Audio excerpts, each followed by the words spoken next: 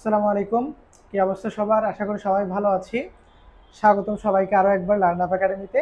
আজকের আমাদের লেকচার হচ্ছে ৪ নাম্বার লেকচার কাজ ক্ষমতা শক্তি অধ্যায়ের। তোমরা যারা গত ৩টা লেকচার অলরেডি কমপ্লিট করছো, কাজ ক্ষমতা শক্তি অধ্যায়ের উপর মোটামুটি বেশ ভালো মতো একটা ধারণা আশা করি তোমাদের তৈরি হয়েছে। আমরা প্রথম 3টা লেকচারে কাজ সম্পর্কিত একেবারে ইন ডিটেল পড়াশোনা, বেসিক পড়াশোনা শেষ করছি। কৃতকাজের বেশ কিছু ম্যাথ আমরা সলভ করছি। গত লেকচার যেটা 3 নাম্বার লেকচার, সেটা আমাদের পুরোটাই হচ্ছে বেসিক ক্লাস ছিল। বিভব শক্তি এবং গতিশক্তির যে কনসেপ্ট, এই কনসেপচুয়াল পড়াশোনাগুলো আমরা গত 3 নাম্বার লেকচারে পড়ে আসছি। তো আমাদের আজকেরটা হচ্ছে শক্তির সংরক্ষণশীলতা নীতি। আজকের ক্লাসটা খুব বেশি দীর্ঘ হবে না, আমরা এই টপিকটা একটু পড়াশোনা করব, কারণ আমাদের 4 নাম্বার অধ্যায়টাতে শক্তি রিলেটেড যত প্রশ্ন আসছে তার বেশিরভাগই, একেবারে বলা যায় 90% প্রশ্নই হচ্ছে শক্তির সংরক্ষণশীলতা নীতির আলোকে। বেশিরভাগ প্রশ্ন এটা জিজ্ঞাসাই করছে যে নীতিটা মেনে চলে কিনা, এই ধরনের। অন্যান্য ক্ষেত্র যেগুলো আসছে সবটাই এই নীতির সাথে রিলেটেড। এখন শক্তির সংরক্ষণশীলতা নীতি জিনিসটা কি, এটা সম্পর্কে আগে একটু আমাদেরকে ক্লিয়ার কাট ধারণা নিতে হবে। দেন এই অ্যাপ্লিকেশনটা বা এই নীতিটা মেনে চলতেছে কিনা, বা কিভাবে হইলে মানবে, কিভাবে আমি বুঝবো এটা মানতেছি কিনা, আমরা ওই রিলেটেড কথাবার্তাগুলা, বা আমরা যখন ম্যাথ করব, ম্যাথ মূলত আমরা আজকের ক্লাসে করব না। শক্তি রিলেটেড আগামী লেকচারটা হচ্ছে পুরোটাই হলো ম্যাথমেটিক্যাল লেকচার। অর্থাৎ শক্তি রিলেটেড যে গাণিতিক সমস্যা, আমরা যেহেতু টাইপ ভাগ করে করে প্রথমে একটা টাইপের বেসিক পড়াই, তারপর ওই বেসিকের উপর আবার ম্যাথ ক্লাস পরের ক্লাসে ইনক্লুড করা থাকে। তো সেই ধারাবাহিকতায় আজকে আমরা এই টপিকটা কমপ্লিট করব। এটা পূর্বের লেকচারের সাথে একই টপিক, লেকচার দীর্ঘ হবে এই জন্য আমি আসলে 3 নাম্বার লেকচারটা স্কিপ করছিলাম। তো 3 এবং 4-এর উপর সম্মিলিতভাবে 5 নাম্বার লেকচারটা হবে পুরোটাই গাণিতিক সমস্যা নির্ভর। বুঝাইতে পারছি? আচ্ছা, এবার আসো তাহলে আমি প্রথমে নীতিটা লিখাই দিব, তার আগে তোমার ছোট্ট করে একটা জিনিস বলি। 3 নাম্বার লেকচার আমি একটা কথা বলছিলাম, এবং এটা 3 নাম্বার লেকচার যেটা সবসময়, এটা হচ্ছে ইউনিভার্সাল ট্রুথের মতো একটা বিষয়। কোনো একটা সিস্টেম বা কোনো একটা ব্যবস্থার সবসময় মনে রাখবা টোটাল যে এনার্জি বা মোট শক্তির যে পরিমাণ, সেটা সবসময় অপরিবর্তন থাকবে। অর্থাৎ এটা পরিবর্তনযোগ্য নয়। আমরা বলছিলাম যে শক্তি সবসময় ফিক্সড অ্যামাউন্টে এটা কাজ করতেছে। শক্তির পরিমাণটা কখনো বাড়বেও না, কখনো কমবেও না। জাস্ট এটা একটা রূপ থেকে অন্য আরেকটা রূপে কি হয়, কনভার্ট হয়। এটা হচ্ছে আমাদের প্রথম, মানে আমাদের মাথায় শক্তির নীতিটা যখনই আমরা পড়তে যাব, এই জিনিসটা মূলত এইটাই হচ্ছে নীতি। তোমাকে যদি আমি বলি, আমি যে কথাটা বললাম যে কোনো একটা সিস্টেম বা কোনো একটা ব্যবস্থার মোট শক্তির পরিমাণটা সবসময় ধ্রুব থাকবে, মূলত এই ছোট্ট লাইন, এই কথাটাকেই বলা হয় শক্তির সংরক্ষণশীলতা নীতি, বা হচ্ছে শক্তির নিত্যতা। বুঝছো কিনা? এটা হচ্ছে মূল কথাবার্তা। এটার কোনো পরিবর্তন নাই। এটার বেশ কিছু এক্সাম্পলও আছে, তুমি ধাপে ধাপে 9-10 কিছু পড়বা, ইন্টার লেভেলে যখন উঠবা তুমি আরো বেশ কিছু চমকপ্রদ উদাহরণ এটা সম্পর্কে দেখতে পাবা। ঠিক আছে? তো প্রথমত এই জিনিসটা মাথায় রাখতে হবে যে টোটাল যে এনার্জির অ্যামাউন্ট, এটা কখনো চেঞ্জ হবে না। শক্তি মূলত একটা রূপ থেকে অন্য আরেকটা রূপে কি হয়, পরিবর্তন হয়। বুঝতে পারছি? তাহলে দেখো, আমি তোমাকে প্রথমে নীতিটা বলি, একটু লিখে ফেলবা কেমন? কারণ এটা অনেক সময় খতে ব্যাখ্যা করতে দিয়ে দেয় বা কতে ব্যাখ্যা করতে দিয়ে দেয়। একটু লিখো। নীতি বলবো না, বিবৃতি বলি আমরা, মানে বিবৃতি জিনিসটা কেমনে লিখবা, আমি জাস্ট ওটাকে তোমাদেরকে গুছিয়ে লিখে দিচ্ছি। বিবৃতি সেটা হচ্ছে কোনো সিস্টেম বা বদ্ধ বা আবদ্ধ বলতে পারো, কোনো সিস্টেম বা কোনো বদ্ধ বা আবদ্ধ ব্যবস্থার, এটা আসলে একই জিনিসই মিন করে, তুমি যে কোনো একটা কথা বললেই হবে। আবদ্ধ অবস্থার মোট শক্তির পরিমাণ,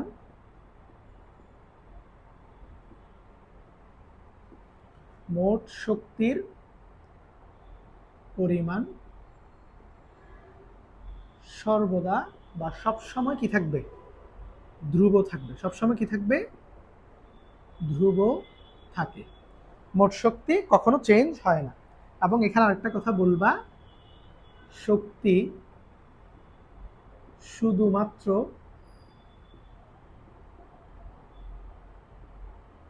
এক রূপ হতে অন্য রূপে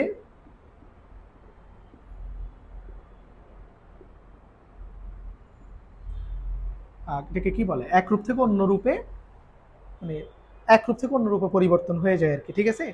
অর্থাৎ শক্তির টোটাল এনার্জির কোনো কি নাই, পরিবর্তন নাই, জাস্ট একটা রূপে যে পরিমাণ শক্তি জমা ছিল ওইখানে যদি শক্তি কিছুটা কমে গেছে তুমি দেখতে পাও, তাহলে তুমি বুঝে নিবা এখান থেকে আসলে শক্তি কমে নাই, এখান থেকে কিছুটা পরিমাণ শক্তি অন্য আরেকটা রূপ নিয়ে বা অন্য আরেকটা রূপে এটা কনভার্ট হয়ে গেছে, বাট টোটাল এনার্জিটা কি আছে, সেমই আছে। কথা বুঝতে পারছি? এটা যেমন সহজ একটা উদাহরণ আমি গত লেকচারে বলছিলাম, বিদ্যুৎ শক্তি যখন আমরা ব্যবহার করি, যে পরিমাণ বিদ্যুৎ শক্তি তুমি ব্যবহার করতেছো ওই পরিমাণ বিদ্যুৎ শক্তি খরচ হয়ে যাচ্ছে। তো আসলে এটা খরচ হচ্ছে বা কমে যাচ্ছে না, মূলত এই খরচটাকে তুমি কমে যাওয়া বলতে পারবা না, এটা হচ্ছে মূলত অন্য আরেকটা রূপে কনভার্ট হয়ে যাচ্ছে। যেমন তুমি যখন বিদ্যুৎ শক্তির মাধ্যমে লাইট জ্বালাচ্ছ, ওই বিদ্যুৎ শক্তিটার একটা অংশ তুমি তাপ শক্তি হিসেবে ব্যাক পাচ্ছ, আবার বা আরেকটা অংশ হচ্ছে আলোক শক্তি হিসেবে কি পাচ্ছ, ব্যাক করতেছো। অর্থাৎ বিদ্যুৎ শক্তিটা আলোক শক্তি এবং তাপ শক্তিতে কি হয়ে যাচ্ছে, কনভার্ট হয়ে যাচ্ছে। তো এটা হচ্ছে রূপান্তর, মানে আমি একটা রূপ থেকে আরেকটা রূপ, এটাকে আমি কি বলবো না, খরচ বলবো না। যেমন অনেকটা এটাকে আসলে উদাহরণ, এটা জাস্টিফাই না, তবুও আমি বলি, জিনিস হচ্ছে এরকম, ধরো তুমি দোকানে গেলা, তুমি 10 টাকার একটা প্রোডাক্ট কিনলা, তো তুমি ওই প্রোডাক্টটা কেন কিনতেছো, কারণ ওটা তোমার প্রয়োজন বলেই।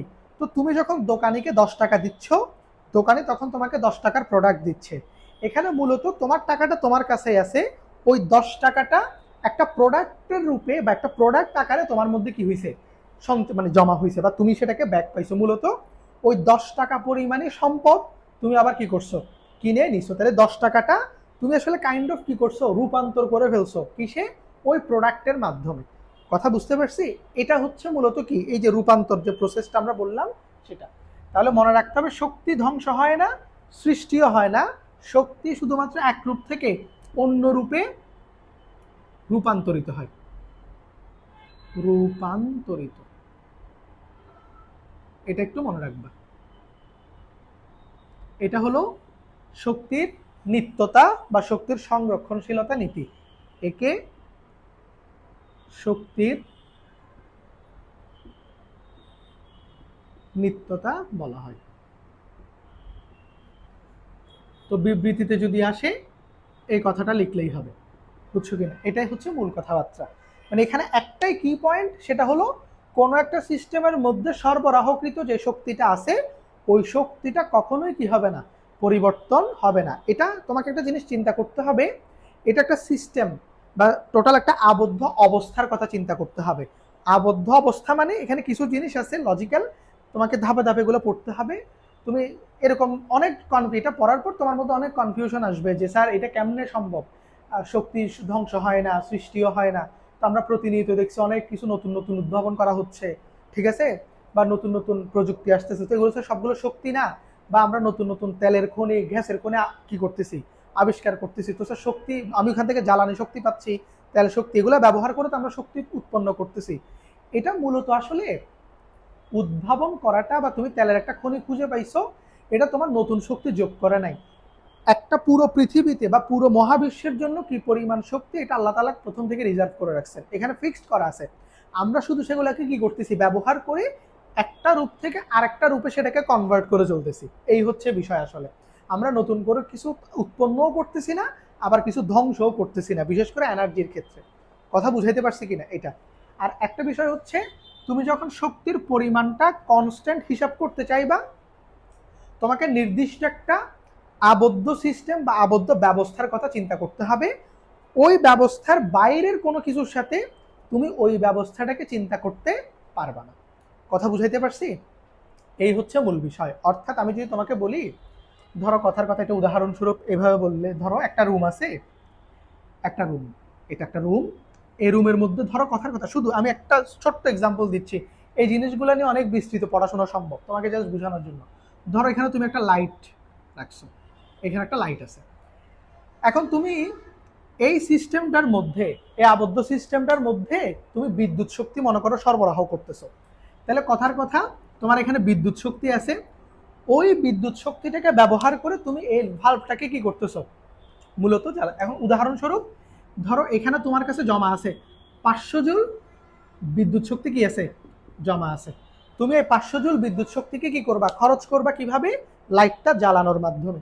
তো লাইটটা যখন জ্বলবে, এই যে জ্বলতেছে, তখন 500 জুল বিদ্যুৎ শক্তি থেকে ধীরে ধীরে শক্তির পরিমাণটা কমতে থাকবে এবং এখান থেকে তুমি আলোক শক্তি পাবা, একটা অংশ আলো হিসেবে পাবা আর একটা অংশ তাপ হিসেবে পাবা। কথাটা বুঝবা ভালো করে। আমি শুধু 3টা ফ্যাক্টর দেখাইলাম। এই 500 জুল এটা আমার কাছে বিদ্যুৎ শক্তি হিসেবে জমা আছে, আমি ওই শক্তিটাকে ব্যবহার করে এই ভালভটাকে জ্বালাচ্ছি এই একটা আবদ্ধ রুমের মধ্যে। রুমের বাইরের কোনো কিছুর সাথে আমি এটা হিসাব করব না, এবং এটা একটা আবদ্ধ রূপ। এখান থেকে তাপ বাইরে যাইতেও পারবে না, মানে শক্তি বাইরে যাইতেও পারবে না, বাহির থেকে শক্তি আসতেও পারবে না। এটা একটা হচ্ছে সিল করা সিস্টেম। তোমাকে এরকমই চিন্তা করতে হবে, কারণ এখানে বলা হয়েছে আবদ্ধ। এখন আবদ্ধ না হলে প্রবলেমটা কি হবে আমি তোমার একটু পরে বুঝাচ্ছি, আগে তুমি এটা বুঝো। এটা আবদ্ধ, তাহলে আবদ্ধ হওয়ার মানে হলো এখান থেকে শক্তি বাইরে বেরও হবে না, আবার বাইরে থেকে শক্তি কি করবে না, প্রবেশও করবে না। এটা হচ্ছে প্রথম বিষয়। এবার এই রুমটার মধ্যে 500 জুল বিদ্যুৎ শক্তি ছিল, ওটা দিয়ে তুমি এই ভালভটাকে জ্বালাইছো, এখান থেকে তুমি আলোক শক্তির তাপ শক্তি পাচ্ছ। তাহলে এখানে যে আলোক শক্তিটা প্রডিউস হবে প্রতিনিয়ত, যত বেশি লাইট জ্বলবে তত বেশি আলো আস্তে আস্তে আস্তে আস্তে পাচ্ছি আমরা, প্লাস জায়গাটা আস্তে আস্তে আস্তে আস্তে উত্তপ্ত হতে থাকবে। যত বেশিক্ষণ ধরে তুমি ভালভটা জ্বালাবা তত বেশিক্ষণ ধরে তাপশক্তি কি হবে, উৎপন্ন হবে। তো মূলত এই 500 জুলটা এই দুইজনের মধ্যে কি হবে, ডিভাইড হয়ে হয়ে 500 জুলের একটা অংশ তুমি আলোক শক্তি হিসেবে পাবা, একটা অংশ কি তাপ শক্তি হিসেবে পাবা। তাহলে যখনই 500 জুলটা কমা শুরু করবে, ইন দ্য মিন টাইম আলো এবং তাপ শক্তির পরিমাণটা বাড়া শুরু করবে না। এবং মনে করো বাল্বটা তুমি অনেক দিন জ্বালাইছো ওই রুমটার মধ্যে, একটা সময়ে 500 জুল পুরোটা জিরো হয়ে যাবে। 500 জুল পুরোটা কত হবে, জিরো হবে। তাহলে তুমি এখন বলবো স্যার এই যে 500 জুল আমার কাছে শক্তি ছিল স্যার জিরো হয়ে গেছে, তো মোট শক্তি স্যার পরিবর্তন হয়েছে না? না, যেই মুহূর্তে এই 500 জুলটা জিরো হবে তুমি দেখবা এই দুজনের যোগফলটা তখন কি আসবে, 500 জুল চলে আসবে আবারও। কারণ এই 500 জুলটাকে খরচ করেই তো তুমি ভালভটাকে জ্বালাইছো, তার মানে তুমি আলোক শক্তিও পাইছো তাপ শক্তিও পাইছো কার কাছ থেকে, এই 500 জুলের কাছ থেকে। তাহলে 500 জুল যখন খরচ হওয়া আরম্ভ করবে, ইন দ্য মিন টাইম আলোক শক্তি আর তাপ শক্তির পরিমাণটা বাড়া শুরু করবে। তো মূলত আসলে এখানে শক্তি খরচ হচ্ছে না, শক্তি কোথাও থেকে উৎপন্নও হচ্ছে না। কি হচ্ছে, এই 500 জুল বিদ্যুৎ শক্তিটাই কিছুটা অংশ আলোক শক্তিতে রূপান্তরিত হয়ে যাচ্ছে আর কিছুটা অংশ তাপ শক্তিতে রূপান্তরিত হয়ে যাচ্ছে। মানে ঘুরে ফিরে এনার্জিটা সেমই আছে, জাস্ট এক রূপ থেকে অন্য রূপে তুমি তারা কনভার্ট করে ফেলতেছো মাধ্যমের সাহায্যে। এটাই হলো বিষয়। এখানে ভালভ এটা হলো একটা মাধ্যম, যার মাধ্যমে একটা রূপ থেকে শক্তি আরেকটা রূপে কনভার্ট হয়ে গেছে। এবং এটার অর্থ এই নয় ঘুরে ফিরে যখন এখানে 500 জুলটা জিরো হবে মানে বিদ্যুৎ শক্তি একদম নাই হয়ে যাবে, তখন আর এই ভালভটা জ্বলবে না। কিন্তু তখন ওই রুমের মধ্যে যেহেতু এটা একটা আবদ্ধ রুম, ওইখানে এই টোটাল এনার্জির পরিমাণটা আবারই 500 জুলই থাকবে। এটা তাপ শক্তি বা উত্তপ্ত অবস্থায় থাকবে রুমটা তখন অনেক বেশি, অর্থাৎ ওই রুমের মধ্যে শক্তির পরিমাণটা অলওয়েজ 500 জুলই থাকবে। কথা বুঝাইতে পারছি নাকি বুঝি নাই?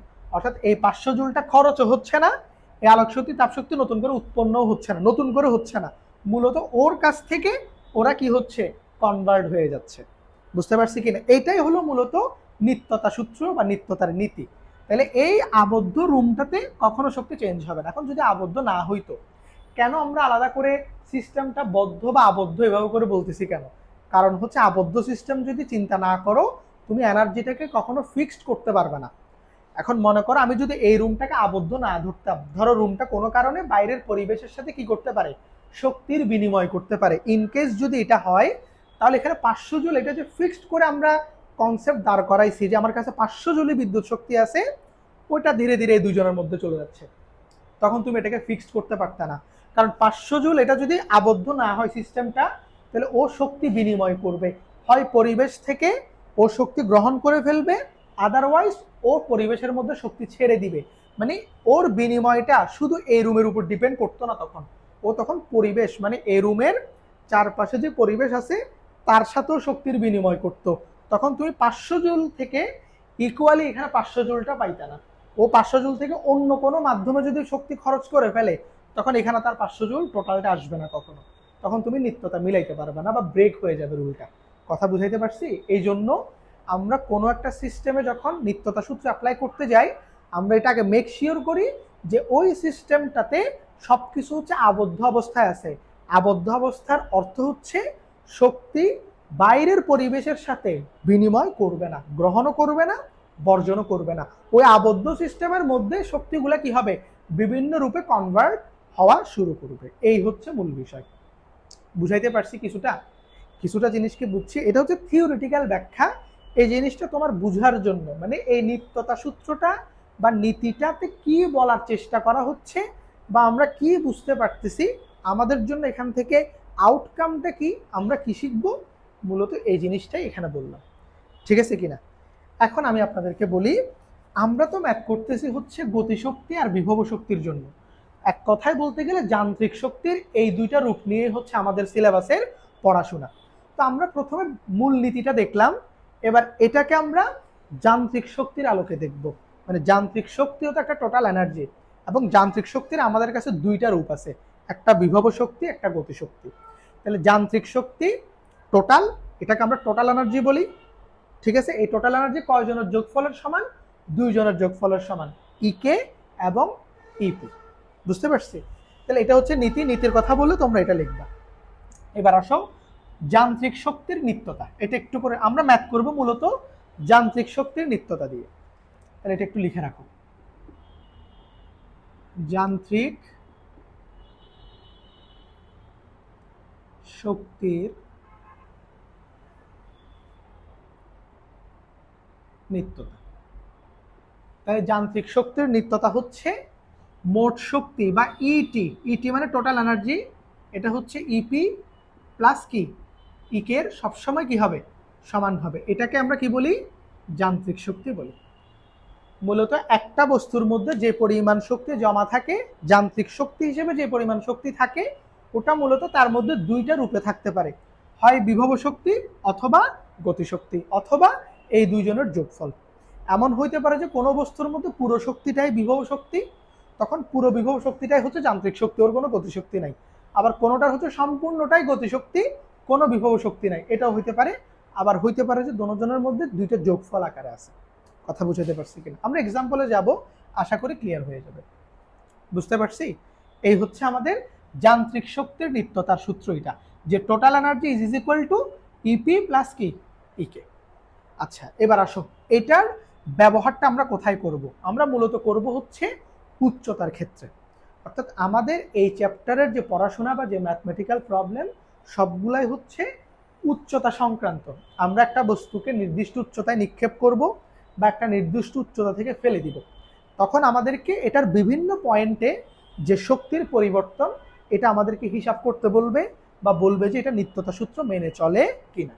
যেমন আসো আমি তোমার একটা এক্সাম্পল দিই। ধরো তোমার কাছে একটা উচ্চতা আছে হচ্ছে, এটা কি এ থেকে বি পর্যন্ত, এটা একটা উচ্চতা।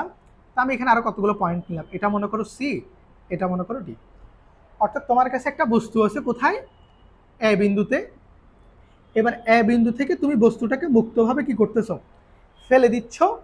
তাইলে ভূমিতে পড়ার আগ পর্যন্ত, ভালো করে বুঝবা, একেবারে ওর আদি বিন্দু থেকে শেষ বিন্দু পর্যন্ত এই যে অবস্থানটা ওর আছে, ও যখন পড়া আরম্ভ করবে প্রতিনিয়ত কিন্তু ও ভূমির দিকে নামতে থাকবে এবং ওর অবস্থানটা চেঞ্জ হইতে থাকবে। মানে জিরো, মনে করো 1 সেকেন্ড আগেও যেখানে ছিল, 1 সেকেন্ড পরে তার সেখানে থাকবে না, যেহেতু পড়তেছে কিছুটা নিচে নেমে আসবে।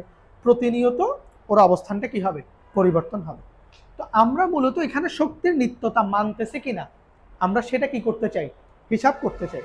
তো এই জায়গাতে আমাদেরকে প্রথমে একটা শর্ত অ্যাপ্লাই করে চিন্তা করতে হবে।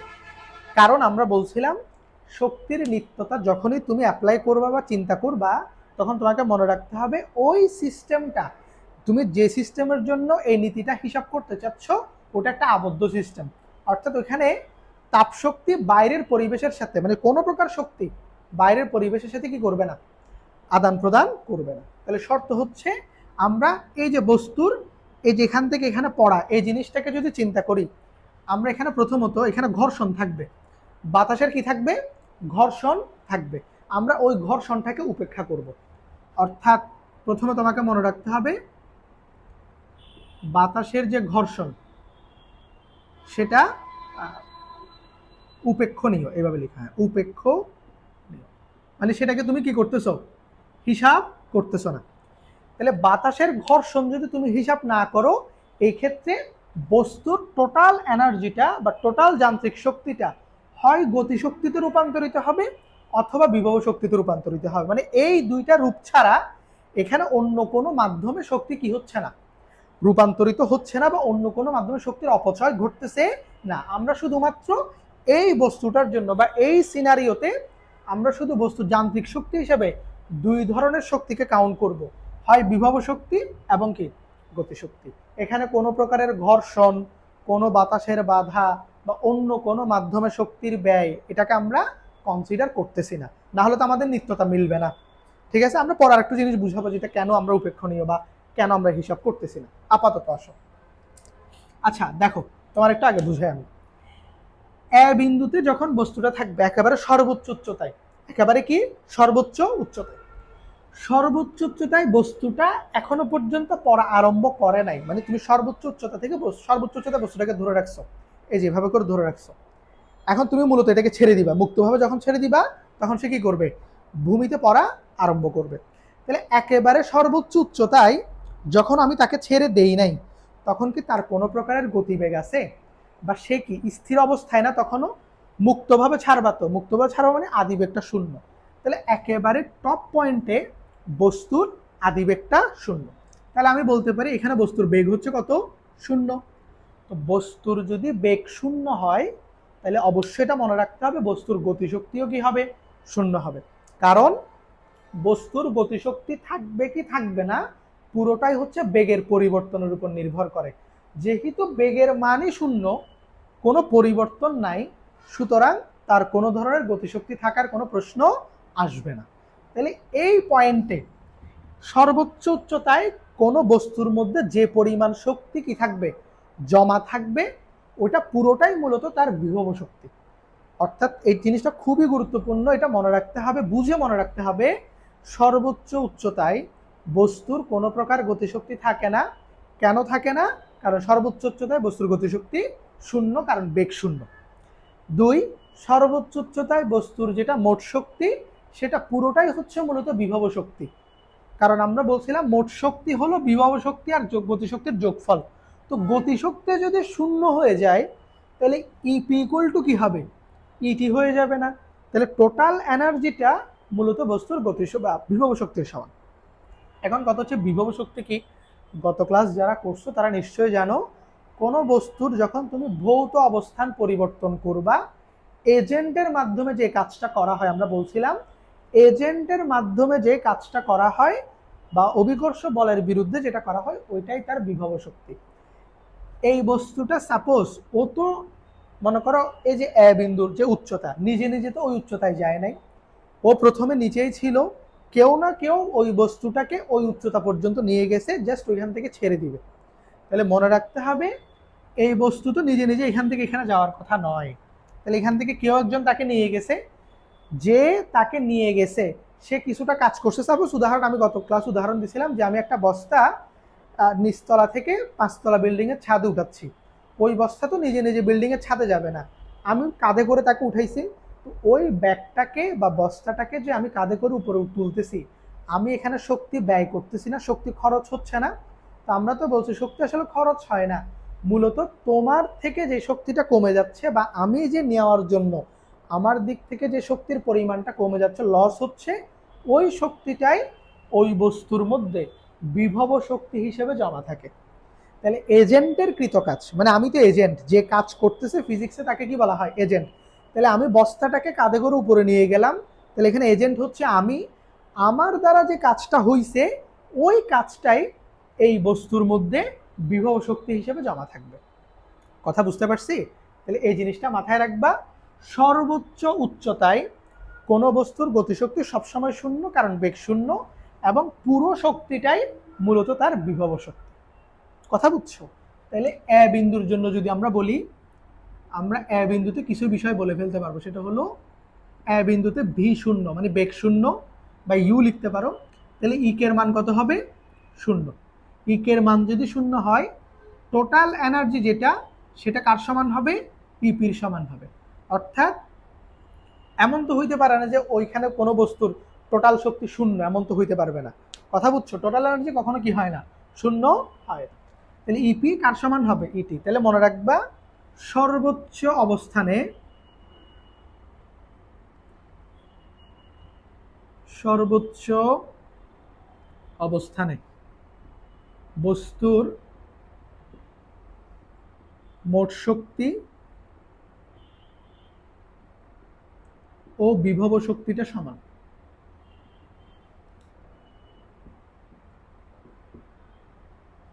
বস্তুর মোট শক্তি এবং কি বিভব শক্তিটা সমান। এই যে মোট শক্তি, এই যে বিভব শক্তি, এই দুইটা কি সেম সেম থাকবে।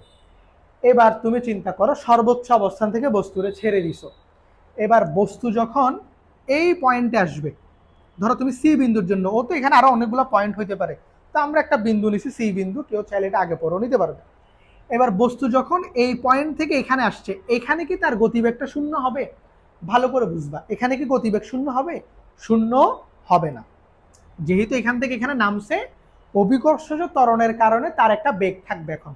অর্থাৎ এই জায়গায় তো বেগ একদম শূন্য ছিল, বাট এই জায়গায় একটা বেগ থাকবে। এবার বলো তো, বেগ থাকলে ওর মধ্যে কি গতিশক্তি থাকবে না? অবশ্যই থাকবে, কারণ গতিশক্তি হলো বেগের উপর নির্ভর করে।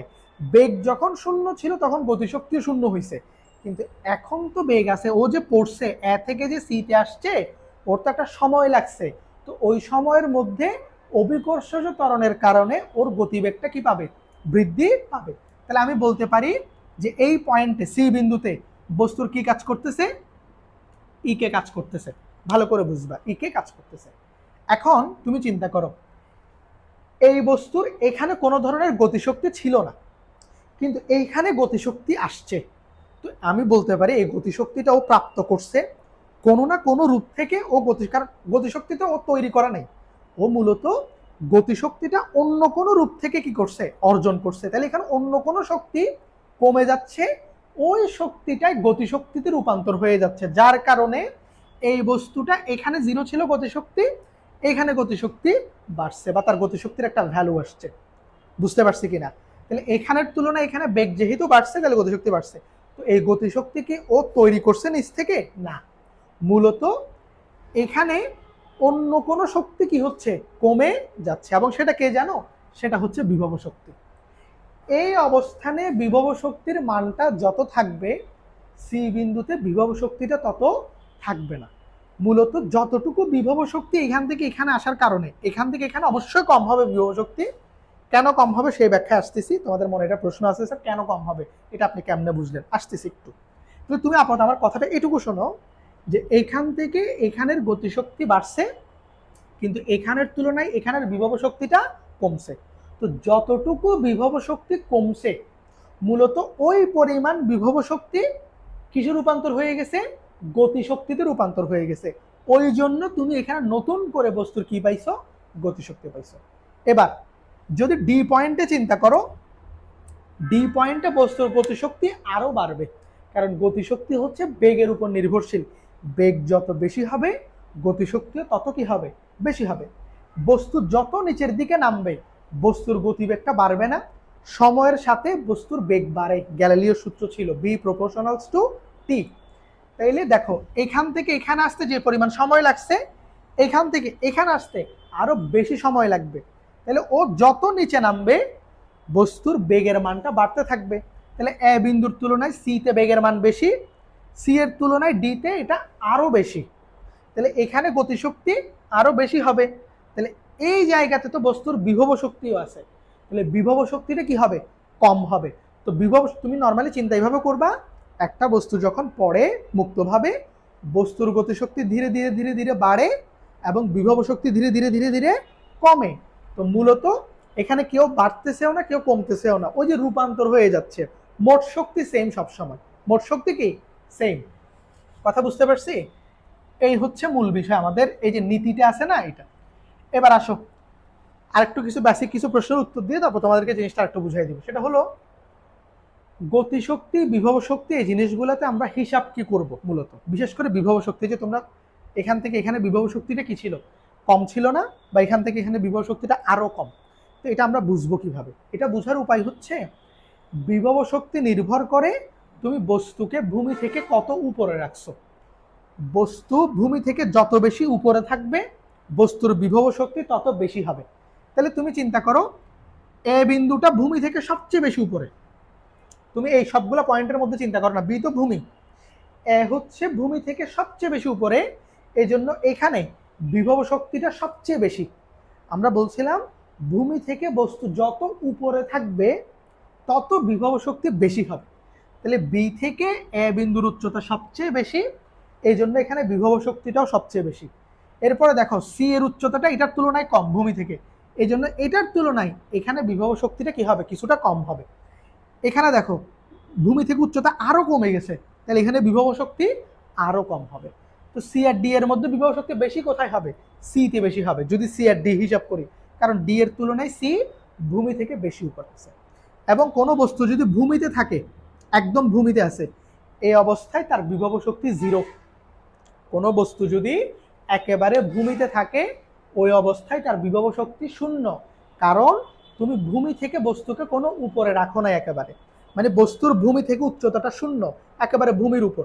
তাহলে ভূমি থেকে সে কোনো উচ্চতায় আছে নাই, তাহলে যেহেতু সে ভূমি থেকে কোনো প্রকার উচ্চতায় অবস্থান করতেছে না, এজন্য এইখানে ভূমিতে বস্তুর বিভব শক্তিটা কি হয়ে যায়, শূন্য হয়ে যায়। এবং সর্বোচ্চ অবস্থানে বিভব শক্তি সবচেয়ে বেশি থাকে। ওই যে সর্বোচ্চ অবস্থান মানে কি, ভূমি থেকে সবচেয়ে বেশি কি আছে, উপরে আছে। কথা বুঝছি? এই হচ্ছে আমাদের মোট কথা। এবার দেখো এখানে নিত্যতা জিনিসটা অ্যাপ্লাই কেমন হয়েছে। তাহলে আমরা বলতেছিলাম, ধরো কথার কথা এ বিন্দুতে মোট শক্তি হচ্ছে 10 জুল। এ বিন্দুতে বস্তুর মোট শক্তি কি, 10 জুল। তো মোট শক্তি মানে হচ্ছে এটা মূলত ইপি, কারণ আমরা তো বলছি সর্বোচ্চ বিন্দুতে কি থাকে না, ইকে থাকে না, শুধু কি থাকবে, ইপি। এবার বস্তু যখন পড়া আরম্ভ করবে এই সি পজিশনে, তার কি এখানে কি ইকের মান আসবে না এখন একটা, কারণ এই যে দেখো বেগ বাড়তেছে, তো বস্তু পড়া আরম্ভ করবে মানে বেগটা বৃদ্ধি পাচ্ছে। তাহলে এখানে ইকেও থাকবে, এখানে ইপিও থাকবে, এখানে কেউ একজন থাকবে না, এখানে দোনোজন থাকবে। তাহলে এইবার দেখো ইকের মান ধরো কথার কথা আসছে 3, ভালো করে বুঝবা, ইকে কত আসছে, 3 জুল আসছে, 3 জুল। তাইলে দেখো ইপি কত থাকবে, ইপি কি আর 10 থাকবে না, ইপি হয়ে যাবে এখন কত, 7 জুল।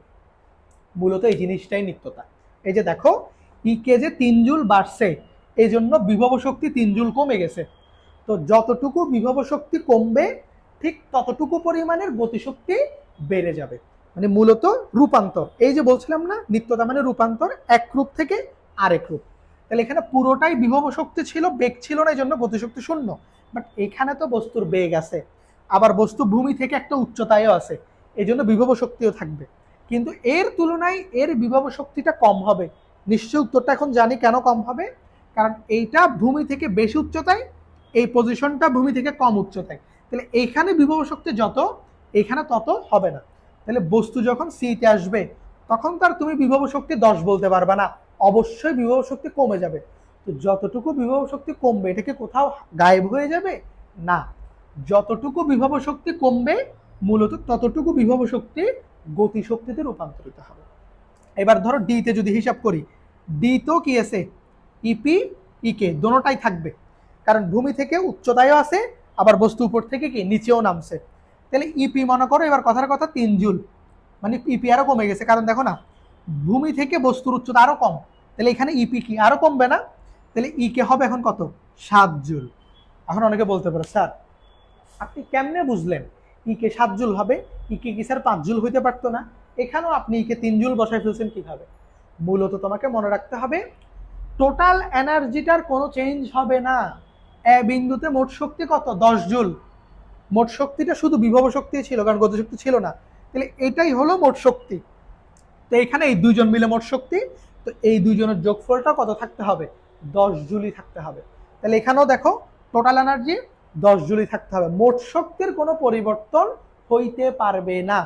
তো বিভব শক্তি যদি 10 জুল থেকে 3 জুলে নেমে আসে, ডেফিনেটলি গতিশক্তিকে 7 জুল হইতে হবে, কারণ এই দুইটার যোগফল কত আসা লাগবে, 10 আসা লাগবে। প্রত্যেকটা পয়েন্টে শক্তির যোগফলটা সেম হইতে হবে। কথা বুঝছো? এই হচ্ছে বিষয়। এবার যখন বি বিন্দুতে আসবে, এবার দেখো বস্তুর ইপি এর পরিবর্তন কি, এখানে ইপির মান হবে 0, কারণ কি বস্তু ভূমি থেকে কোনো প্রকার কি নাই, উচ্চতাই নাই। তাহলে ই কে কত হবে দেখি বলো তো এখন সবাই, অবশ্যই 10 হবে, অবশ্যই কত হবে 10, অর্থাৎ সম্পূর্ণ শক্তিটা গতিশক্তিতে রূপান্তর হবে। এখানে যেরকম সম্পূর্ণ শক্তিটা বিভব শক্তি ছিল ভূমির মধ্যে বা ভূমি স্পর্শ করার মুহূর্তে, এখানে কিন্তু অনেকে এইভাবে একটা মিসআন্ডারস্ট্যান্ডিং হইতে পারে, বস্তু মনে করো উপর থেকে নিচে এসে ভূমিতে এরকম পড়ছে, তো এই যে মোমেন্টটা 0-10 এটা আমরা কখন হিসাব করতেছি জানো, কোন মোমেন্টের? বস্তু ভূমিতে পড়ার পর যখন বস্তু স্থির হয়ে যাবে, ডেফিনেটলি যে যত উচ্চতা থেকেই পড়ুক, একটা বস্তু ভূমিতে পড়ার পর বস্তু কি হবে, একটু পরে স্থির হয়ে যাবে। তুমি বস্তু পড়ার পরে হিসাব করতেছো না এটা, কারণ বস্তু কিছুক্ষণ পড়ার পর যদি স্থির হয়ে যায়, বস্তুর বিভব শক্তিও শূন্য, গতিশক্তিও কি হবে, শূন্য হয়ে যাবে না? কারণ স্থির বস্তু মানে তো তখন তার বেগ নাই। তো এই যে গতিশক্তি 10 কখন হবে জানো, এটা হলো বস্তুটা ভূমি স্পর্শ করার মুহূর্তে হিসাব করা হচ্ছে। মানে এই বস্তুটা উপর থেকে এসে ভূমিকে হিট করবে না, ঠিক যেই মুহূর্তে হিটটা করবে, একদম ভূমি স্পর্শের মুহূর্তে সম্পূর্ণ বিভব শক্তি গতিশক্তিতে কি হবে, রূপান্তরিত হয়ে যাবে। কারণ একদম ভূমি স্পর্শ করার মুহূর্তে বস্তু ভূমি থেকে কোনো কি থাকবে না, উচ্চতায় থাকবে না, এটার কারণে বিভব শক্তি শূন্য। আর গতিশক্তি সবচেয়ে বেশি কেন হবে, কারণ ও সবচেয়ে বেশি দূরত্বটা অতিক্রম করে ভূমিতে পড়ছে, কারণ সময়ের মানটা সবচেয়ে বেশি, কারণ বস্তু তার ভূমির মধ্যে ঢুকতে পারবে না, ভূমিতে আসার সময়টাই তো সবচেয়ে বেশি সময় এর মধ্যে। যেমন এ থেকে সিতে আসতে যে সময় লাগবে সে তুলনায় ডিতে সময় বেশি লাগবে, বিতে আরও বেশি লাগবে, তাহলে বি এর পরে তার কোনো পজিশন নাই, তাহলে বি বিন্দু পর্যন্ত সময়টা সবচেয়ে বেশি, এই জন্য এখানে পুরোটা গতিশক্তি হবে। বুঝছি? একটুকু ক্লিয়ার? এবার আমি আপনাদের একটা প্রশ্ন করি, বা অনেকের মনে প্রশ্নটা হয়তো বা আসতে পারে, আচ্ছা স্যার, ভূমি স্পর্শ করার মুহূর্তে বিভব শক্তি শূন্য হয়েছে, বুঝলাম এটা, এটার কারণ হচ্ছে স্যার বিভব শক্তি হচ্ছে ভূমি থেকে কত উচ্চতায় আছে এটার উপর নির্ভর করে, তো ভূমি স্পর্শ করার মুহূর্তে তো কোনো উচ্চতায় নাই, এই জন্য বিভব শক্তি শূন্য। আচ্ছা স্যার বুঝলাম। গতিশক্তি যখন ভূমিকে হিট করবে ওই মুহূর্তে বস্তুর বেগ সবচেয়ে বেশি, এই জন্য গতিশক্তিও সবচেয়ে কি বেশি, এটাও বুঝলাম স্যার, ঠিক আছে। আচ্ছা স্যার আপনি এটা তো বললেন না যে যখন মনে করো ভূমিকে হিট করবে, হিট করার পর, হিট করে ফেলছে, এবার হিট করার পরের অবস্থা, বস্তু স্থির হয়ে গেছে ধাক্কা খাওয়ার পর, তো স্যার তখন তো ইকেটাও জিরো হয়ে যাবে না? জিনিসটা বুঝছো তোমরা?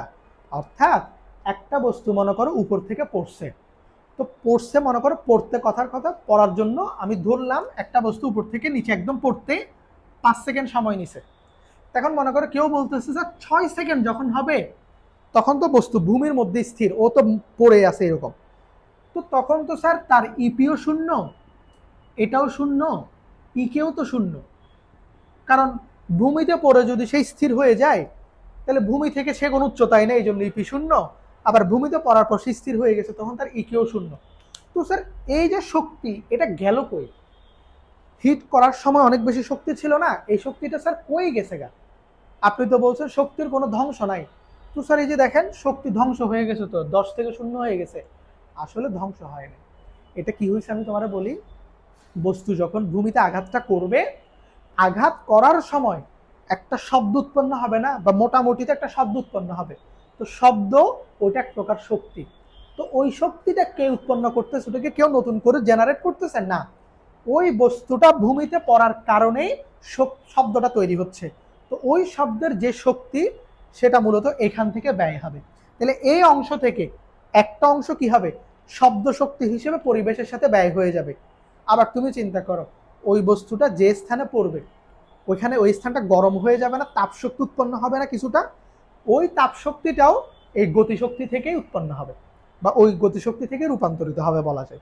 তাহলে মূলত এখানে শক্তির কোনো লস নাই, যখনই বস্তুটা ভূমিতে পড়ছে তখন ওই বস্তুর গতিশক্তিগুলা শব্দ শক্তি, তারপরে হচ্ছে মূলত এই তাপশক্তি, এগুলোতে কি হয়ে গেছে, কনভার্ট হয়ে গেছে, এই জন্য কিছুক্ষণ পর মানে বস্তু পড়ার কিছুক্ষণ পর বস্তুর বিভব শক্তি আর গতিশক্তি পড়ার মুহূর্তে না, পড়ে গেছে, পড়ে টরে সব স্থির হয়ে গেছে, তখন তার দুইটাই শূন্য হয়ে যায়, কারণ ওই বস্তুর মধ্যে যে পরিমাণ শক্তি ছিল ওগুলো অন্য কোনো রূপে পরিবেশের সাথে কি হয়ে গেছে, বিনিময় হয়ে গেছে। কথা বুঝাইতে পারছি? তাহলে আমাদের শক্তির যে নিত্যতা এটা হচ্ছে এভাবে ডিপেন্ড করে, অর্থাৎ বস্তু যখনই উপর থেকে নিচে পড়াটা আরম্ভ করবে, দুইটা পজিশনের কথা মনে রাখবা, সর্বোচ্চ পজিশনে সব সময় সর্বোচ্চ পজিশনে সবসময় কি ইপির মানটা সবচেয়ে বেশি হবে এবং ইকে শূন্য। আর সর্বনিম্ন পজিশন মানে ভূমিতে বা ভূমি স্পর্শ করার মুহূর্তে ইকেটা সবচেয়ে বেশি হবে, ইপির ভ্যালু হবে কত? শূন্য। এই দুইটা পয়েন্টের কথাবার্তা ফিক্সড। আর মাঝখানে যতগুলো পয়েন্ট হবে সবগুলো পয়েন্টে গতিশক্তিও থাকবে, বিভব শক্তিও থাকবে, কিন্তু সর্বোচ্চ বিন্দুতে কোনো গতিশক্তি থাকে না, শুধু বিভব শক্তি থাকে, একটাই শক্তি। আবার একেবারে ভূমিতে শুধুমাত্র গতিশক্তি থাকে, কোনো প্রকার বিভব শক্তি থাকে না। তাহলে এই দুই পয়েন্টের ম্যাথমেটিক্যাল ভ্যালু যখন আমরা বাইর করব তখন আমরা একটাই রাশি বের করব। সর্বোচ্চ অবস্থানের জন্য শুধু ইপি বের করব, সর্বনিম্ন মানে ভূমির জন্য শুধু ইকে বের করব। এখানে ইপি বের করার কোনো দরকার নাই, তুমি ইপি ইকুয়াল টু 0 লিখে দিবা। তাহলে আমি এই জিনিসগুলো একটু বুঝালাম, এবার তোমাদেরকে কিছু বিষয় একটু নোট করাই দিই, এগুলো একটু লিখে ফেলো সবাই, এই জিনিসগুলা একটু লিখে ফেলো। ম্যাথ করার ক্ষেত্রে কয়েকটা নিয়ম।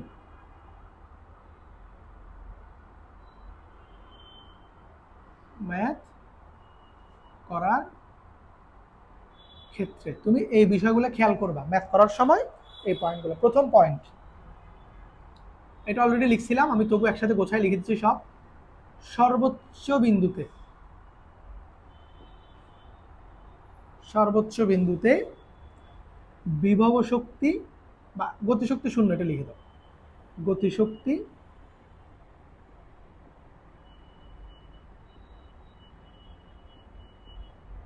শূন্য, কারণ ভি কি শূন্য, মানে সর্বোচ্চ বিন্দুতে বস্তুর কোনো বেগ থাকে না। তাইলে ওইখানে টোটাল এনার্জিটা ইটিটা কার সমান? ইপির সমান, অর্থাৎ সম্পূর্ণ শক্তি কি বিভব শক্তি, ওইখানে আমরা কোনো গতিশক্তি বের করব না। 2, ভূমিতে বা ভূমি স্পর্শের মুহূর্তে, ভূমি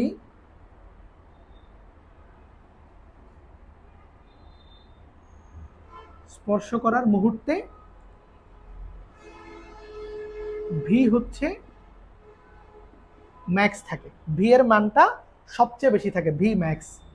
ফলে ইকেটা সবচেয়ে কি হবে? ম্যাক্স হবে, এবং ইপি 0 হবে। এটা গুরুত্বপূর্ণ, ইপি কি হবে? 0 হবে। কেন 0 হবে? কারণ ভূমি থেকে বস্তুর উচ্চতা তখন শূন্য, আর বিভব শক্তি নির্ভর করে ভূমি থেকে কত উপরে আছে। তাহলে এটা লিখবা, কারণ ভূমি হতে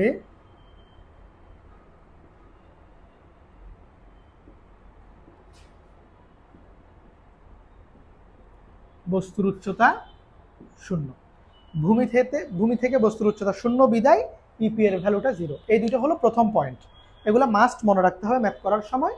তাহলে সর্বোচ্চ বিন্দু তো আমরা একটা ভ্যালু বের করবো, সেটা হচ্ছে শুধু ইপি, কারণ এখানে ইকে 0। আর সর্বনিম্ন বিন্দু মানে ভূমিতে শুধু ইকে বের করব, কারণ এখানে ইপিটা 0। এই দুইটা জিনিস কি বোঝা গেছে? আচ্ছা, এই দুইটা জিনিস যদি আমরা বুঝি, এবার আর দুইটা একটু আলাদা করে লিখো জিনিসটার, এটাই সবচেয়ে বেশি ইম্পর্টেন্ট। তুমি যখন ইপি কে বের করবা তখন এখানে এইচ এর একটা হিসাব আছে, এটা একটু সুন্দর করে সবাই গুছিয়ে লিখে রাখবা। ইপি ইকে বের করার ক্ষেত্রে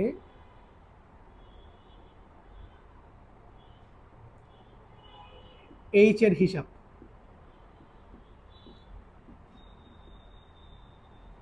এইচ এর হিসাব অর্থাৎ আমরা ইপি এর ভ্যালুতে যে এইচ এর মান আছে, ওই এইচ এর মানটা আমরা কিভাবে বসাবো সেটাই হচ্ছে মূল বিষয়। প্রথমত লিখো, ইপি বের করার সময় বা ইপি নির্ণয়ের ক্ষেত্রে, ইপি নির্ণয়ের ক্ষেত্রে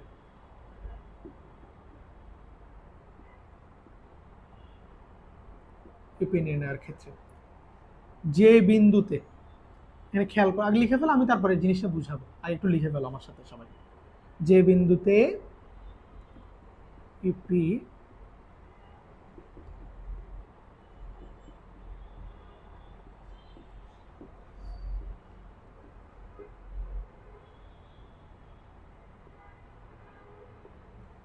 ভূমি হতে কত উচ্চতায় আছে,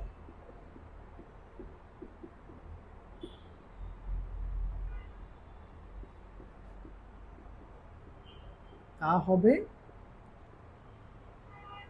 এইচ এর মান, তা হবে এইচ এর, এটা একটা বিষয়। 2, এবার একটু লিখো ই কে নির্ণয়ের ক্ষেত্রে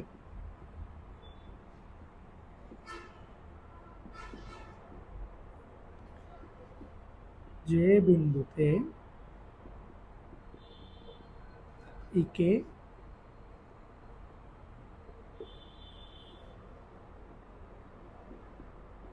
নির্ণয় করতে হবে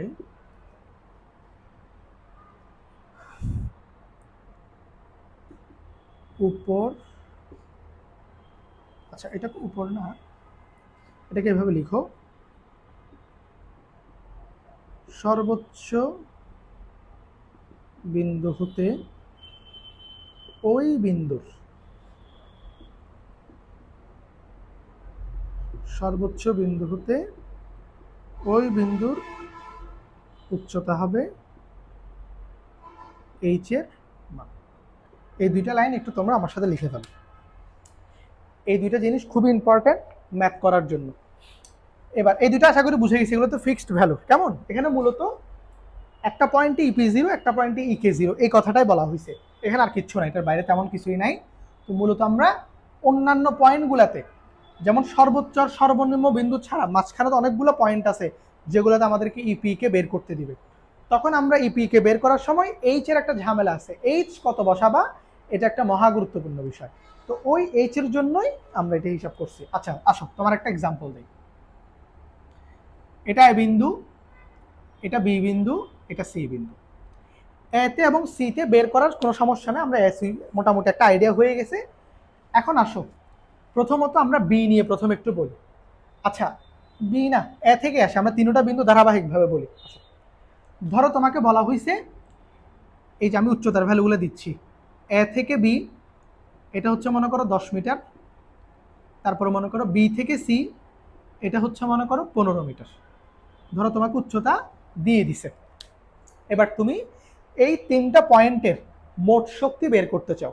তাহলে মোট শক্তির মান হচ্ছে, কোনো একটা বিন্দুর মোট শক্তি মানে ওই বিন্দুর বিভব শক্তি আর গতিশক্তির যোগফল। আচ্ছা একটা বস্তু আছে, বস্তুর ভর লাগবে, আপাতত ভর দিলাম 2 কেজি। আচ্ছা 2 কেজি। এবার যদি আমরা এ বিন্দুর মোট শক্তি বের করতে চাই, তাহলে বলবা এ বিন্দুর মোট শক্তি, তাহলে আমাকে বলো এ বিন্দুতে আমরা বলছিলাম এটা সর্বোচ্চ বিন্দু, এখানে ভি জিরো, যার কারণে ই কে কি হবে, জিরো হবে। তাহলে ই কে নিয়ে কোনো পেরেশানি নেই, শেষ, ই কে জিরো। এবার আসো এ বিন্দুতে কি আছে, বস্তুর বিভব শক্তি আছে, তো বিভব শক্তির ফর্মুলাটা লিখবা, ফর্মুলা কি, এম জি এইচ।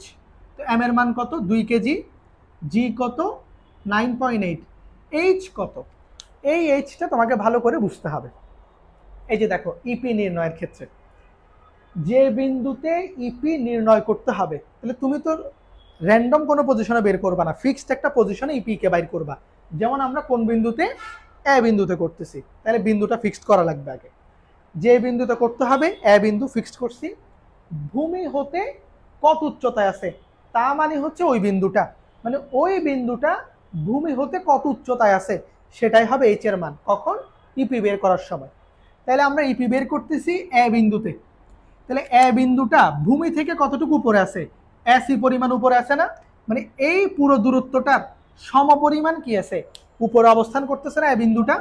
তাহলে এখানে এ বি এবং বিসি দোনোটার যোগফল হচ্ছে কি টোটাল উচ্চতা, তাহলে টোটাল উচ্চতা হবে কত, 25 মিটার। তাহলে আমি কি এটা বলতে পারি, সি থেকে মানে ভূমি থেকে এ বিন্দুর উচ্চতা হচ্ছে 25 মিটার। তাহলে এখানে অ্যান্সার বসবে এইচ এর ভ্যালু 25। বলো বুঝছো জিনিসটা, এটা হচ্ছে ইপি বের করার জন্য নিয়ম। এখানে এইচ বসাইছি, এবার তুমি গুণ করে একটা ভ্যালু পেয়ে যাবা, এটাই হবে এ বিন্দুর মোট শক্তি, কারণ ই কে তো জিরো, সো ইপি যেটা আসবে ওইটাই তার কি হবে, মোট শক্তি হবে। কথা বুঝাইতে পারছি কিনা, এই হচ্ছে প্রথম বিষয়। আচ্ছা আমি ভ্যালু বের করতেছি না, কারণ আমার তো ম্যাথ, আমি মূলত এইচটা তোমাদেরকে বুঝাই দিতে চাচ্ছি, আগামী ক্লাস আমরা ম্যাথ করব। এবার আসো যদি আমি বি বিন্দুতে যাই, ভালো করে একটু বি বিন্দুটা খেয়াল করবে সবাই। বি বিন্দু, বি বিন্দুতে বস্তুর গতিশক্তিও থাকবে, বিভব শক্তিও থাকবে, কারণ বি বিন্দুটা সর্বোচ্চ বিন্দুও নয়, আবার এটা ভূমি বা সর্বনিম্ন বিন্দুটাও নয়। সর্বোচ্চ বিন্দুতেও একটা রাশি থাকে, সেটা অলরেডি দেখছি, সি তো ঝামেলা হবে না, কারণ এখানেও একটা রাশি থাকবে, ইপি 0, শুধু ইকে থাকবে।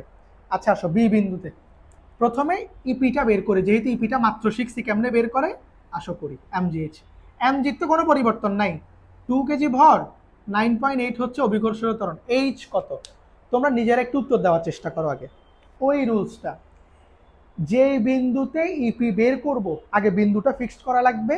এবার ভূমি থেকে ওই বিন্দুর উচ্চতা, আগে বের করছিলাম এ বিন্দুতে, এই জন্য ভূমি থেকে এর উচ্চতা নিছি, কিন্তু এইবার বের করতেছি বি বিন্দুতে, তাহলে ভূমি থেকে বি বিন্দুর যে উচ্চতা সেটাই হবে কার ভ্যালু?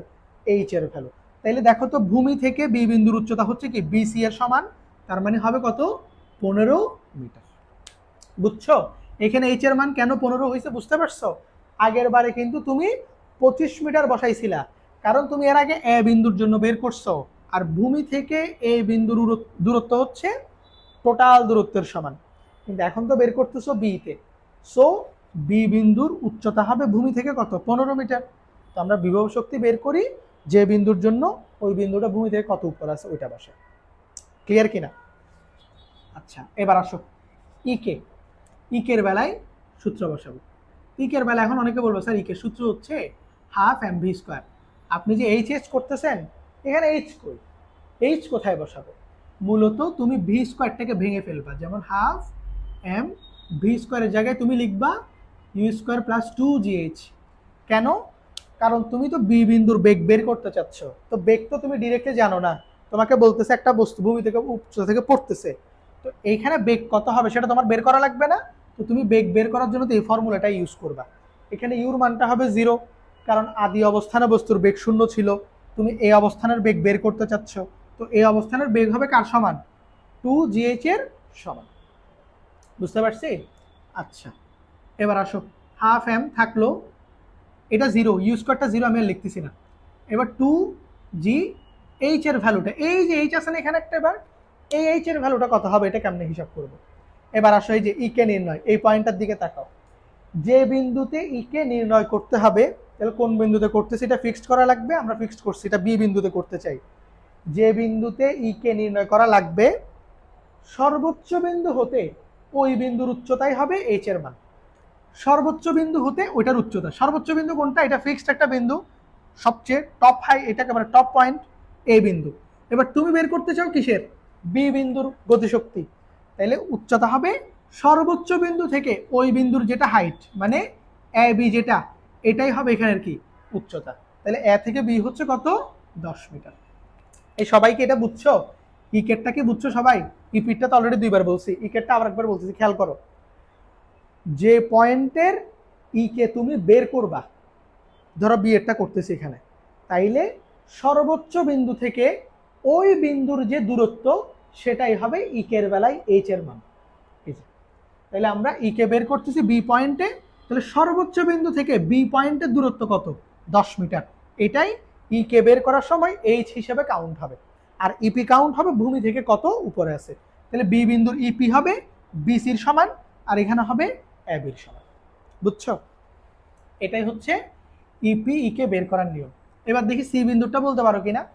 সি বিন্দুতে ইপি বের করার কোনো দরকার নাই, কারণ ভূমি থেকে উচ্চতায় নাই তো, EP 0। Half M V square লিখবো না, তাহলে আবার সেম, ভি স্কোয়ারকে ভাঙলে ইউ স্কোয়ার প্লাস 2gh বসবে, ইউ স্কোয়ার তো 0, কারণ আদি অবস্থানে বেগ 0। এই পয়েন্টের বেগ তুমি বের করতে চাও, তাহলে 2gh, 2g ফিক্সড, এইচ এর মান কত বসবে? তুমি এবার গতিশক্তি বের করতে চাচ্ছ সি বিন্দুতে, তাহলে নিয়ম হচ্ছে যে বিন্দুতে গতিশক্তি বের করতে চাই সর্বোচ্চ বিন্দু থেকে ওই বিন্দুর দূরত্বটা বসবে। তাহলে এখানে বের করতে চাচ্ছি আর সর্বোচ্চ বিন্দু এখানে, সো টোটাল এসি এর ভ্যালু পুরোটা বসবে, দ্যাট মিনস 25 মিটার। এটা 10, এটা 15 না, তাহলে টোটাল 25। তাহলে সি বিন্দুর গতিশক্তি যখন তুমি বের করবা তখন তুমি এইচ হিসাবে 25 মিটার বসাবা, কারণ কি যে বিন্দুর গতিশক্তি বের করতে চাই সর্বোচ্চ বিন্দু থেকে তার দূরত্ব নিতে হবে। বুঝছো? এই দুইটা পয়েন্ট এখানে আলোচনা করে রাখছি। এগুলো দিয়ে এই দুইটা লাইন বা এই দুইটা পয়েন্ট যদি তোমাদের ক্লিয়ার থাকে, তোমরা অনেকগুলা ম্যাথ অনায়াসে করে ফেলতে পারবা। এখানে শুধু একটাই ঝামেলা, এইচ এর মানটা তুমি প্রপারলি বসাইতে জানতেছো কিনা, কখন কোন দূরত্বটা কাউন্ট করবা, কখন সর্বোচ্চ বিন্দু থেকে দূরত্ব নিবা, কখন ভূমি থেকে দূরত্ব নিবা, এই কনফিউশনটা বা এই বেসিকটা যদি তোমার ক্লিয়ার থাকে, তাহলে তুমি এই ধরনের ম্যাথে মোটামুটি 90% ম্যাথ ভুল ছাড়া অনায়াসে করবা, কারণ ম্যাক্সিমাম ম্যাথের কনসেপ্ট এটার উপর। বাকি 10% ম্যাথে কিছু জিনিস হচ্ছে ঘুরানো ফেরানো থাকে, যেগুলো তোমাকে একটু ভিন্নভাবে চিন্তা করতে হবে, কিন্তু 90% ম্যাথ তুমি এই বেসিকটার উপরেই দেখবা। আমরা ম্যাথ তো করবো আগামী ক্লাসে, তুমি দেখবা প্রায় ম্যাথ এই জিনিসটার উপরেই হিসাব করা হয়েছে, যে বস্তু ভূমি থেকে কত উপরে আছে অথবা ভূমি থেকে উপর সর্বোচ্চ বিন্দু থেকে কতটুকু নামছে, এটা বুঝছো? তাহলে কোনো একটা পয়েন্টের ইপির মান বা ইকের মান এই দুইটা এখন আমরা বের করতে পারবো না সুন্দর করে। তাহলে আসো একটু ক্লাসটা সামারি করে ফেলি, আমরা কি কি শিখছি একটু পড়ে ফেলি। প্রথমে শিখছি আমরা নর্মালি শক্তির নিত্যতা বা শক্তির সংরক্ষণশীলতা নীতি কি, সেটা কি একটা আবদ্ধ সিস্টেমের মধ্যে টোটাল শক্তি সবসময় সেম থাকবে, কোনো পরিবর্তন হবে না। শক্তি বাইরের সাথে বিনিময় না করলে ওই সিস্টেমে মোট শক্তি সেম থাকবে, এটা হলো প্রথম বেসিক। এরপর আমরা যান্ত্রিক শক্তির নিত্যতাটা দেখছি। যান্ত্রিক শক্তিতে দুইটা রূপ সম্ভব, একটা গতিশক্তি, একটা বিভব শক্তি। তো যান্ত্রিক শক্তির নিত্যতা হচ্ছে টোটাল এনার্জিটা সব সময় ইপি এবং ইকের যোগফলের সমান, মানে মোট শক্তিটা গতিশক্তি ও বিভব শক্তির যোগফলের কি হবে, সেম হবে। এটা হলো যান্ত্রিক শক্তির কি নিত্যতা, এটা হচ্ছে সেকেন্ড পড়া। এরপর আমরা একটা নির্দিষ্ট এক্সাম্পল নিছিলাম, একটা উদাহরণে দেখছিলাম যে বিভিন্ন পয়েন্টে গতিশক্তি বিভব শক্তির যে পরিবর্তন এটা কিভাবে হচ্ছে এবং টোটাল এনার্জিটা সবসময় সেম থাকতেছে। তো এখান থেকে আমরা দুইটা আলাদা বেসিক পড়ছিলাম। একেবারে টপ পয়েন্টে সবসময় গতিশক্তি শূন্য, কারণ এখানে বেগ শূন্য, পুরো শক্তিটাই বিভব শক্তি, এবং বস্তু যখনই নিচে পড়া আরম্ভ করবে গতিশক্তির মান কমবে, গতিশক্তির মান বাড়বে, বিভব শক্তির মান কমবে। তো মূলত ওই বিভব শক্তিটাই গতিশক্তিতে কি হচ্ছে, রূপান্তরিত হয়ে যাচ্ছে। এবং সবচেয়ে নিচের পয়েন্টে বিভব শক্তি শূন্য, গতিশক্তি সবচেয়ে বেশি হবে, মানে পুরো বিভব শক্তিটা গতিশক্তিতে রূপান্তর হয়ে গেছে। এবং মাঝখানে সকল বিন্দুতে গতিশক্তিও থাকবে, বিভব শক্তিও থাকবে, এবং এইগুলোর যোগফল সবগুলো পয়েন্টে সবসময় সেম থাকবে, এটা। এরপর আমরা ইপি কে বের করার দুইটা বিষয় দেখলাম, যেগুলোই হচ্ছে আমাদের এই পুরো ম্যাথের বলতে পারে একেবারে সারমর্ম। তোমাকে এই দুটা পয়েন্ট ভালো করে বুঝে এটা কিভাবে আমরা অ্যাপ্লাই করছি আমি উদাহরণে দেখাইছি, যে তুমি বিন্দু হিসাব করে কিভাবে এইচ কাউন্ট করবা, এই জিনিসটা তোমার ভালো করে বোঝা লাগবে যদি তুমি ম্যাথমেটিক্যাল পার্টগুলো ভালো বুঝতে চাও। তাহলে এই বেসিকটা এতটুকু থাকবে, এতটুকু ভালো করে সবাই একটু বাসায় নোট করে রিভিশন করবা। আগামী ক্লাসটা হবে পুরোপুরি ম্যাথমেটিক্যাল যে প্রবলেম এই টপিকের উপর, ওইটা রিলেটেড। আমরা এই শক্তি রিলেটেড আমাদের বোর্ডে যতগুলো প্রশ্ন আসছে আমরা ওগুলাকে কনসেপ্ট ভিত্তিক, মানে সব বোর্ডে তো অনেক প্রশ্ন, সব তো করাইতে পারবো না, বাট আমরা এমনভাবে প্রশ্নগুলো সিলেক্ট করে তোমাদেরকে করাবো যাতে করে আমরা 5টা করাই 10টা করাই যাই করাই তোমার পুরো টাইপগুলো যেন কাভার হয়ে যায়। মানে আগামী ক্লাসটা করার পরে যেন শক্তি সংক্রান্ত আর কোনো ম্যাথে তোমাদের প্রবলেম না থাকে, আমরা সেভাবে করে ম্যাথগুলো বাছাই করে করাবো তোমাদেরকে, যাতে করে ওইখানে 10টা যদি আমরা ম্যাথ করাই সাপোজ, ওই 10টা ম্যাথ তোমার শক্তির টাইপটাকে পুরোটা কাভার করবে, এভাবে করে আমরা সিলেক্ট করে ইনশাল্লাহ করাবো। ঠিক আছে? তাহলে এই বেসিকটা একটু ভালো করে বাসায় চর্চা করবা, রিভিশন করবা। দেখা হবে ইনশাল্লাহ আগামী ক্লাসে। সবাইকে দেখার আমন্ত্রণ রইল। ভালো থাকবে সবাই। আল্লাহ হাফেজ। আসসালামু আলাইকুম।